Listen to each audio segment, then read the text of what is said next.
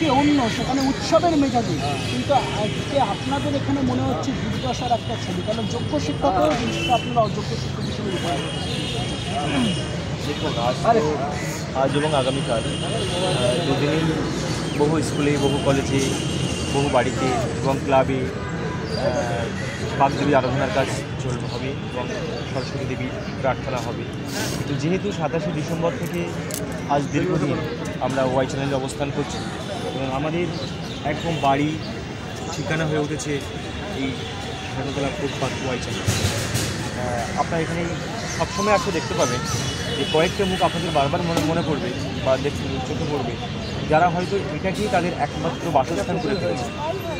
হ্যাঁ, আমি নিজে অসুস্থ, অনেকে এখানে অসুস্থ হয়ে পড়ছে, কিন্তু যেহেতু আমরা এখনও সুবিচার পাইনি, কলকাতা হাইকোর্টে আমাদের উপরে একটা অনৈতিক রায় হয়েছে, একেবারেই অনৈতিক রায়।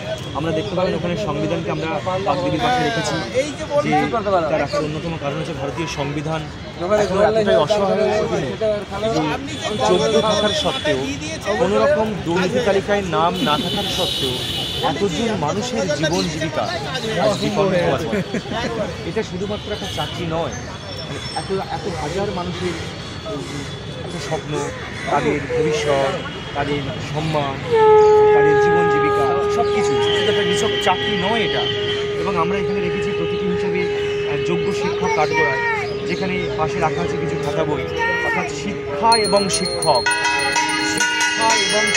যদি আজ কাঠগড়ায় থাকে এবং তা যদি হয় যোগ্য, তাহলে সেটা মনে হয় শুধু কোনো বাংলা নয়, শুধু কোনো একটা রাজ্য নয়, একটা শুধু দেশ নয়, সারা পৃথিবী জুড়ে আমার মনে হয় এটা বিপন্ন থাকে।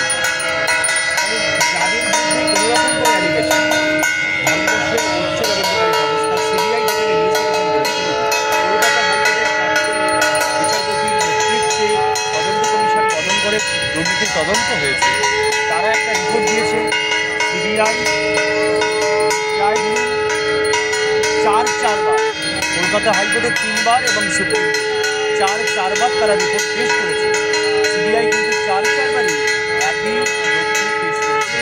তারা কোথাও দেখাতে পারেনি ইরেগুলারিটিস, তার পরিসংখ্যানটা আসলে এখন এইরকম, পরবর্তীতেও তারা যতবার তদন্ত করেছে এবং সেই তদন্তের রিপোর্ট কিন্তু এক জায়গায় যাবে।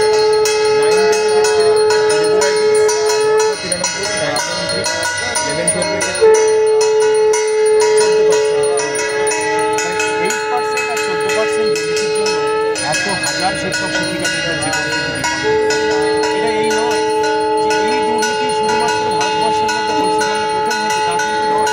তার মানে আমি কথাটা এই বলছি না যে আমি দুর্নীতিকে সমর্থন করছি। যারা দুর্নীতি করেছে তাদেরকে অবশ্যই দ্রুত চাকরি থেকে বহিষ্কার করে সেই জায়গায় যোগ্য শিক্ষক শিক্ষিকাদেরকে আনা উচিত।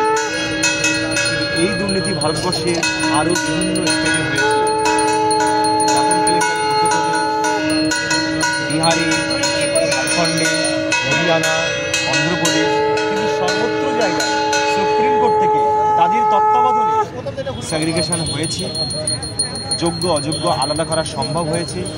আমি মনে করি ভারতবর্ষের সংবিধান যথোপযুক্তভাবে কার্যকরী করা হবে এবং আমরা ন্যায়ের বিচার পাব। অর্থাৎ এই মুহূর্তে দাঁড়িয়ে তারা যেটা দাবি করছেন যে যোগ্য শিক্ষকরা কার্যত আজকে তারা কিন্তু কাঠগড়ায় রয়েছেন।